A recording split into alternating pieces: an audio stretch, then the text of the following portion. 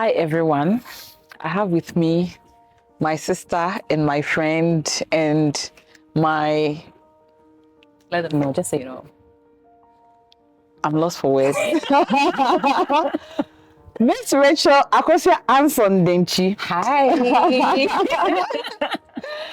Yeah, as you already know, this show is basically to showcase the people who are important to me and who have contributed to my journey.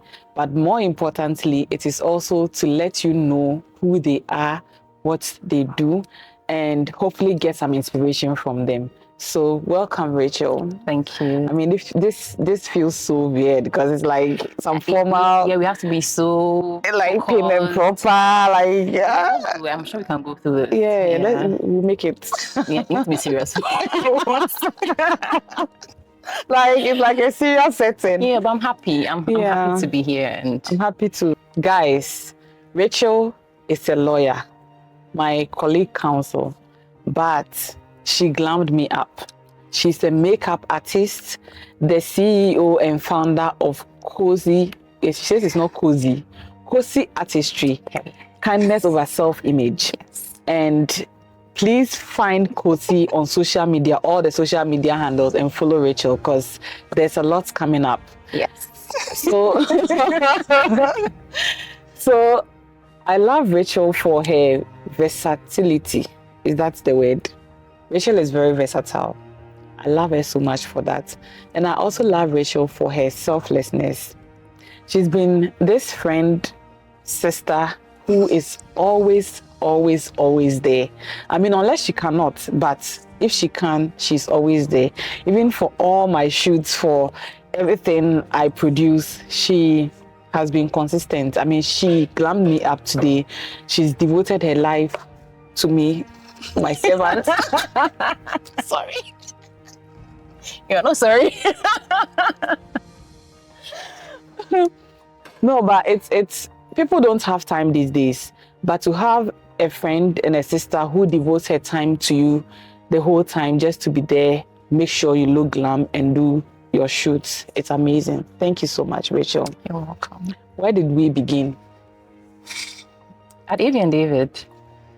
The global firm with a Pan-African focus. Yes. So I met Pauline at Avi and David during our orientation. I remember we went to one of the meeting rooms and the new pupils at the time were to introduce ourselves. So I introduced myself, she did. I never met her in law school. True. And I was like, okay, Pauline Anaman, nice.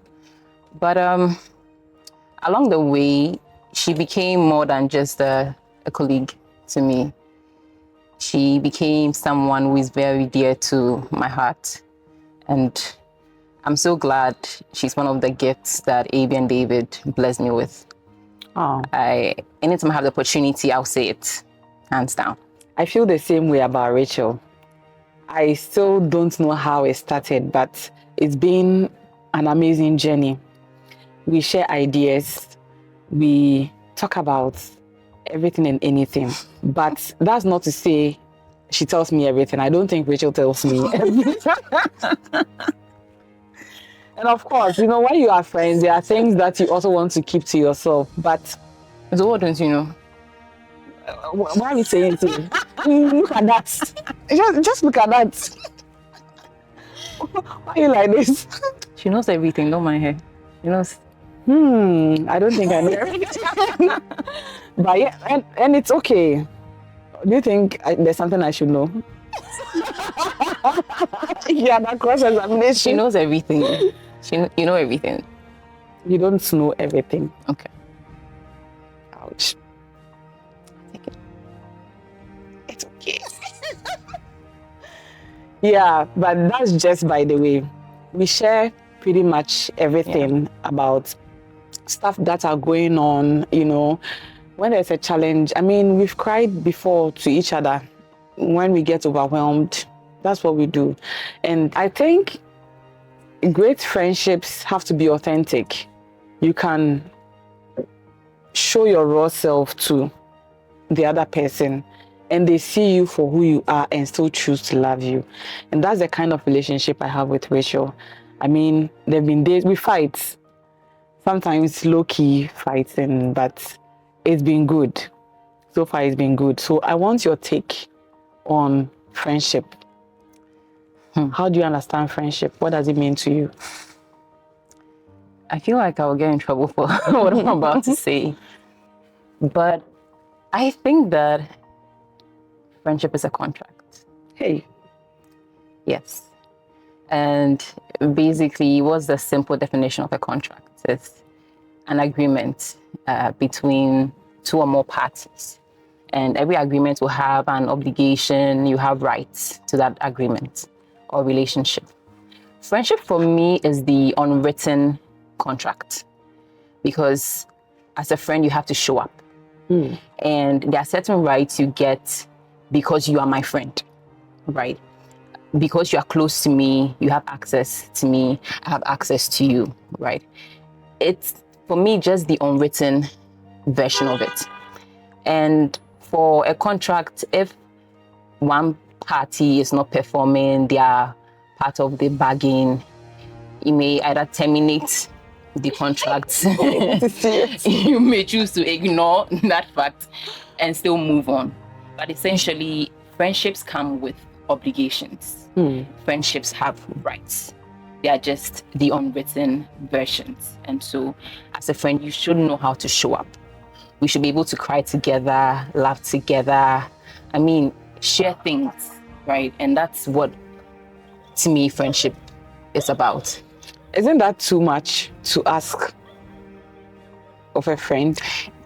Well, I mean, your take on friendship is not the traditional kind of friendship. People will say you should allow your friend, like when somebody is your friend, you allow them to be themselves. And some people don't show up. That's who they are. But when you say friendship is like a contract, it's like you are putting a certain choke on somebody. It's like a burden. You make it sound like a burden. well, if you can't be there for me, it's okay. It's okay that you cannot be there. If you can't show up, it's fine. It's not an obligation. So from there, it moves to not being an obligation, right? But how different are you from someone else I don't know on the streets? You understand? How different are you? Because I'm not expecting someone else to come to my aid just because they see me struggling with something. But I would expect, maybe this word expectation is what gets us into trouble, but I would expect that you would help me out if you see that I'm struggling with something. This is called, you can assist me. But if you can assist me, I would expect that you offer a helping hand. I'm not expecting Amma on the street who doesn't know me to do that voluntarily. If she does that, she's really going to touch my heart. But if you do that, I'm appreciative. I'm like, okay, yeah, Pauline is my friend, and so she showed up for me. But it's not an obligation. Okay, so I've had friendships where I've not shown up and the friendship hasn't survived. It doesn't make me a terrible person. I'm not a bad person. But then I've been in situations where that happened, because in that moment when the other person expects you to show up because you're a friend, maybe you're also going through something. Which is fine, Pauline. You're not superhuman. You understand? So if it makes sense that you couldn't be there for your friend at a particular time because you yourself needed help, it makes sense. But when you look on when your friend needs help and you don't care about it, that's when it's questionable. Maybe she's not your friend. You're not a bad person, but that person is just not your friend. It doesn't mean you're a terrible person, but you're not a friend to this person. I'm not friends with everybody. I could have a lot of acquaintances. I have a lot of those. I'm not friends with everybody. I'm not a bad person. But those that I'm friends with, I try my best to show up. I may not show up all the time, but you know that it was probably out of my means, right? So at what point do you extend grace to your friends? Grace. I think I'm an understanding friend. I mean, you may have the opportunity to confirm or deny that. But I think I'm pretty much Confirm or understanding. deny? I deny. That's just by the way, that's a joke. I understand things. To an annoying degree, yes. Yeah, I understand things. So, and I probably know how to extend grace to be honest, initially it was a difficult thing for me to do, as to extend grace to my friends. I would extend grace to everyone else. That's your friends. But my friends. Because friendship is a contract. You could have shown up, yeah. But I've moved from there to be more understanding, because if Pauline can help me, 100% she would. If she couldn't help me, probably something came up. So I think I've become more understanding. Also, just to add, the fact that I say it's a contract does not mean that if I'm not getting anything from you because maybe you cannot offer, then you're not a friend.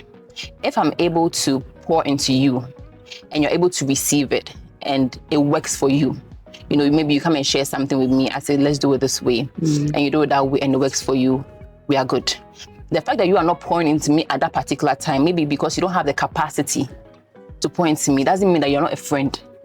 But when you can assist or when you can point to someone and you just refuse to, that's when I think I have a problem. But I understand. There's no point where one person is the one doing a lot of pouring at some point because they have the capacity to do that. Yeah, so it means that even in great friendships, there has to also be self-love. Self-love, where you look at yourself and say, this is my boundary. I'm not crossing this. This is where I think it ends, and that is okay. Yeah. What do you value most in your life? Cheers to friendship, by the way. Cheers. Have you heard that when you make a toast and you don't look the person in the eye, you have bad sex for 7 years? I thought it applied to just lovers. It applies to friends as well. It's a contract. I knew I was going to get in trouble. You're going to have bad sex for 7 years. No, my portion. This was just by the way. Yeah. So we're talking about, what were we talking about? I asked the question about what you value the most in your life. What do you value most? I value a lot of things. My family. My family has been there, right? They've been with me, my mom, my dad, my sister. Shout out to Nana. Hi. Brother, cousins. So I value family. I value great connections, right? I mean, we met by chance and we've developed something great. And I value my skills. Yeah. That's deep. Tell me more about that. So as Pauline mentioned earlier, I'm a lawyer and a makeup artist, tax consultant as well. That is true. How did I miss that? But let's talk more about the makeup artistry. So I have a beauty brand, which you're very much aware of and very supportive of. I give you that. And it's a makeup brand that goes beyond aesthetics, right? It's centered on women being seen, affirmed, together with intentional transformation, right? And so I value people loving themselves, showing up confidently in who they are, shutting the noise, negativity about themselves, all of that. So showing up confidently is something that I also do value. Let's talk about confidence. How do you understand confidence? There are people who mistake confidence for pride. Where do you draw the line? So you just give it to me. How do you understand confidence? Confidence to me is showing up in your true self, unapologetically, because that's who you are. So showing up in a manner that... Showing up where? Wherever you find yourself. So let's say I'm going to church. Show up for Christ. Show up for Christ. I mean, so I think I'm just prejudiced whenever I have to speak about confidence and such areas, right?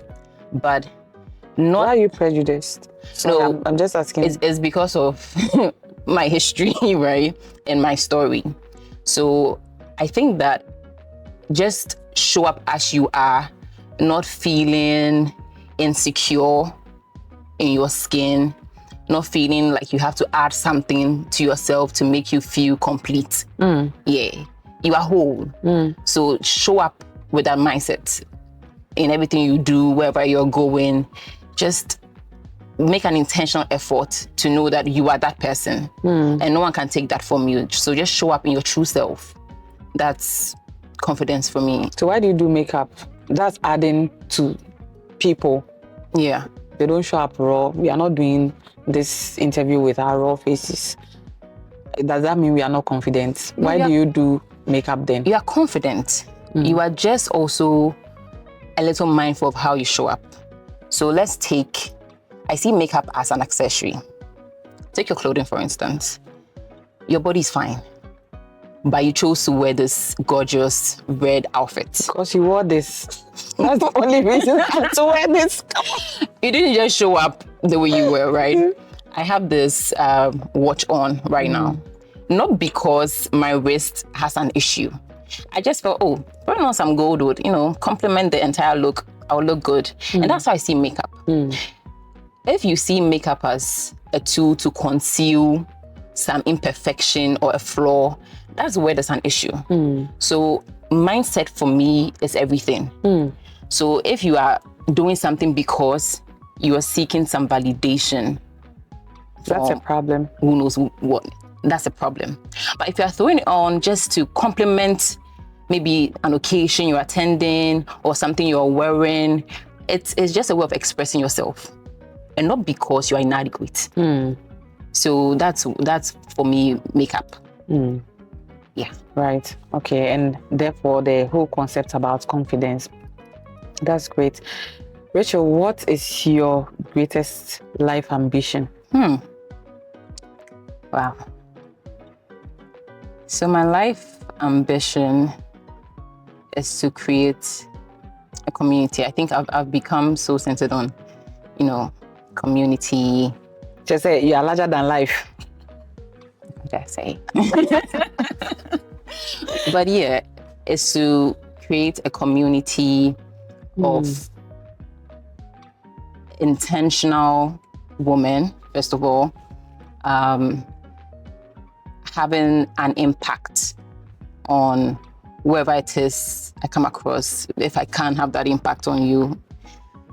Because for me, life is not worth living if you Rachel, didn't. Drink. Life for me is not worth living if there was no impact in someone's life. You don't have to do anything big. But then again, I'm hoping to get into manufacturing. What? Of makeup products. Ooh. Yes. Our own brand. In some few years to come. Wow. And so that's one thing I'm looking forward to, being the bestsellers of certain makeup products. So why didn't you go for an answer like, I'm looking to become a partner in some at AB and David, or why didn't you go for that? Why didn't you go for, I want to be a self actualized, or like, I want to be the best tax consultant, but you chose makeup after going to school? I mean, I love all those things, right? But sometimes there are some things you are just drawn more towards, right? And it's makeup. How did this whole makeup thing start? It's a very long story. Make it short. You learned something in school. Make your English teacher proud. Come on. So my sister is at the center of all of this. Oh. She's Timaha Strands on Instagram and TikTok. She's a hairstylist. And the long and short of the story is my sister loves beauty. From hair to makeup to fashion, she's that girl. I didn't like makeup because makeup never complimented me. And I know why now. But she had opportunity to go for a makeup class. And unfortunately, she was denied leave. So she then said I should go in her stead. Okay, so she had to go to work. She had to go to work. So she was working a 9 to 5 at the time. Okay. And she had to go to work. So she asked me to go in her stead. I was in uni at the time. And I was like, how does this concern me? If your leave was not approved, wait till the next makeup session, then you can attend. Why do I have to go? And then she said, when I go and I come and teach her. How? Something I'm not interested in, right? But I went anyways. So she paid for me to go. And you know, you can force a horse to the riverside, but can't force it to the water. So I went there and I didn't understand anything they were teaching. Sometimes I feel the teacher was a problem too. Don't blame it. Take accountability for your life. I was taking the part that I wasn't so interested. But then again, it was like a master class. And I was a beginner. So you can't be rolling so quickly. Yeah, but you are not there with your mates. You knew nothing about makeup and you went there anyway. Yeah, so why is it the teacher's problem? I think that as a teacher too, you should have been concerned about, you know, everyone in the class, inclusivity, right? So I mean, she wasn't concerned. The third day, we were supposed to do makeup on ourselves. My oh my, I look white. I didn't learn anything to apply anything, so I looked white. And when I got home, I was just trying to hide from everybody. You took the makeup home? I had no choice. But you could have cleaned it. Wait. When we were done, my brother was waiting for me downstairs. There was no time to clean the makeup. And I thought we would look something. Everyone had done their makeup. They all look good. You alone, you have to wipe your makeup. What does it say? So, I mean, I was prepared to go home with the shame and to create any, you know, perspective with these people. So she saw I didn't go well. Then I think a month later, she saw another ad. This is going to let me have my peace of mind. She came to me again to go. She was denied leave again? I think so. I think so. I don't know if she was just trying to push me in. The second time, I don't really remember what the story was, but yeah, I think she was probably denied again. Let's take it like that. So I went, and this time, I think I started finding an interest in the makeup. What changed? I don't know, maybe the act of just applying the makeup. And I think this teacher had a number of assistants that were also going around the class to maybe help you with your brows, help you with maybe lining, foundation and stuff. So I felt maybe involved in it. And so while I was doing, I was beginning to like the outcome. So that was a better experience for me. And then afterwards, I started watching YouTube videos, every now and then, trying to perfect my craft. I started doing Instagram videos, you know. So that's when the interest peaked. That's amazing. Yeah. Shout out to Nana. Yeah. Because of the investment you made in Rachel, we all get to benefit. And that's impact. That's great impact. Right. Is there anything you want to say to our audience? Anything at all? Yes. What I want to say to our audience is that you are who you have, right? And so appreciate yourself. Be confident in yourself. And the fact that I'm saying be confident in yourself does not mean that you tell yourself, okay, I'm going to be confident in myself, and the next second you are. No. It's an intentional, repetitive act that you need to keep doing. So take you for who you are. You are all you've got. And just go with it. Shut the outside noise, the negativity. If you take Kosi, for instance, it means kindness over self-image. And someone will ask, over whose self-image? Over your self-image.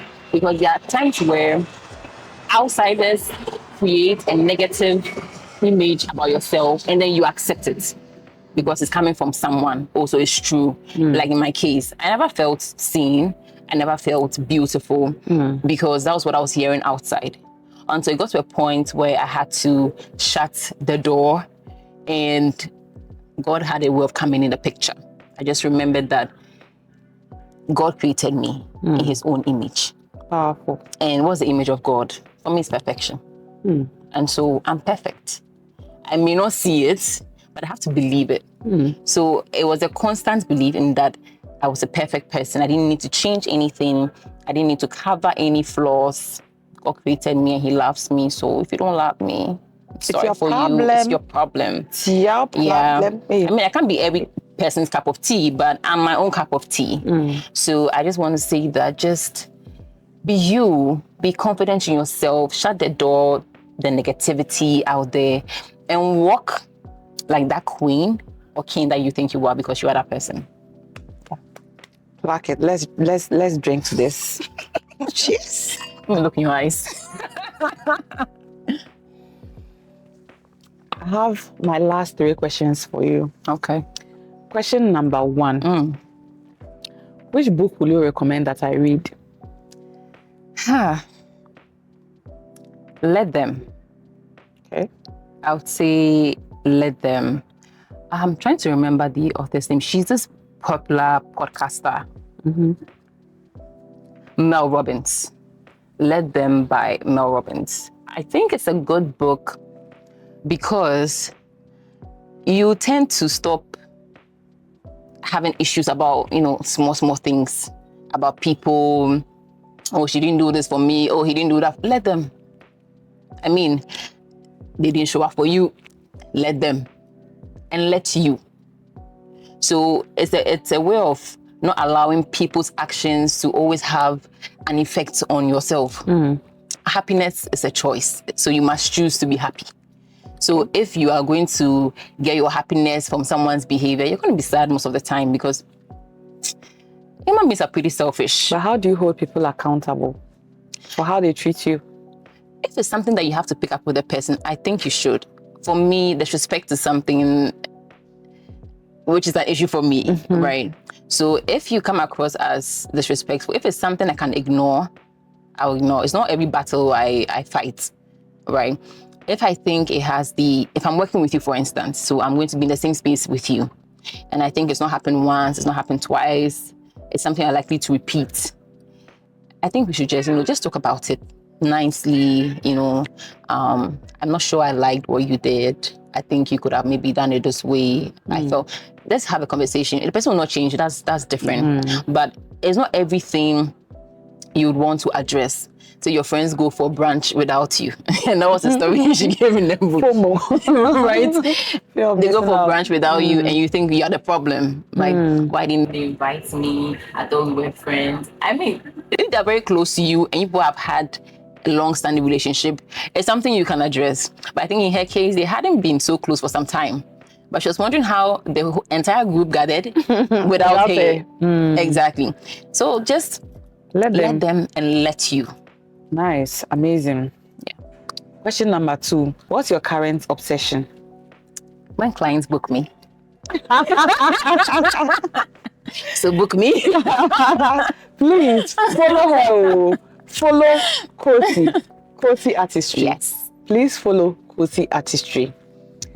I like how you love to do your beauty stuff, and when you talked about when clients book you, it just occurred to me what you are trying to do with your brand as well for women. Yeah. I mean, you mentioned earlier in this conversation that the thing that your greatest ambition is to have impact, and we are doing that through your work, having impacts on women. Would you want to talk about your new project, Speaking to Women? 100%. So it's a beauty and storytelling series, and it's called Sawubona by Kosi. Sawubona means I see you in Zulu. And it's not the mere I see you, but I actually acknowledge your presence, acknowledge your worth, right? And so in this case, or in relation to women, it's going to be a storytelling series where we have women sit in a chair and we let them be seen. Whatever it is they are doing, what they are building, we have conversations about it. Mostly women are identified by some titles. the wife of, the mother of.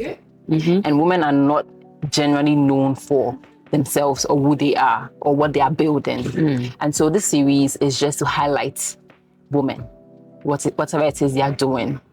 And we see them, we acknowledge their worth, and we recognize it. So that's what the series is going to be about. Wonderful. Guys, you cannot miss out. Please subscribe to Kosi Artistry on Instagram. Yes. And you get all the juice from there. Last question. What is your green obsession? You. Let's hear it. In recent times, I think you've been following Pauline. All you get is CBAM here, CBAM there. So you are my green obsession, Pauline. Next question. Get serious. I like that though. My green obsession. I mean, earlier, I don't know if I can say it because it's something we were discussing, which is yet to come out. But it's... Feel free if you want to share. Yes. So we're talking about carbon credits and we're talking about how you can win twice. Right.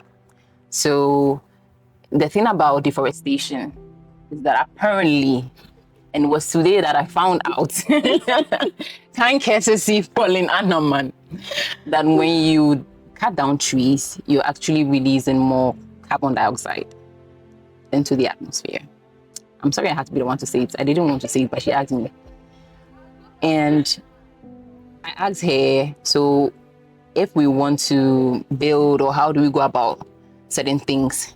And she was like, well, if you put aside, when you try to plant more, you get to sell whatever, and then What you is get whatever? So people who emit more, right? Show people that have taught you well. Please do as the honest.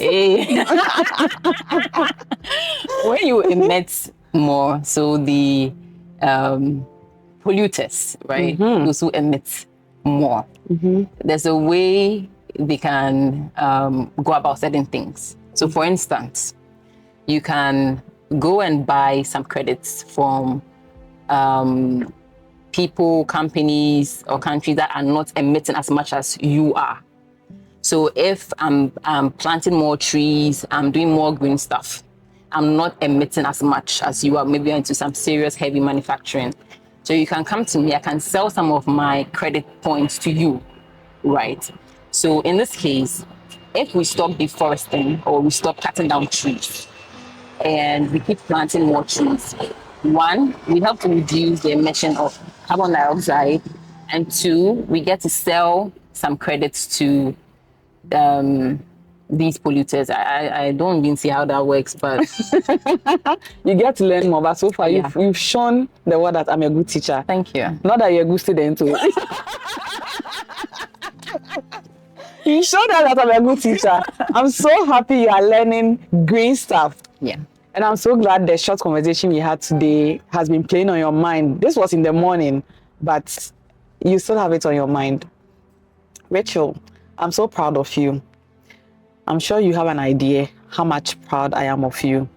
And it's my desire to see you soar in your business, in your life, professionally, in every way possible, right? Thank you for being an amazing friend and sister. And thank you for coming on this show. Thank you for having me.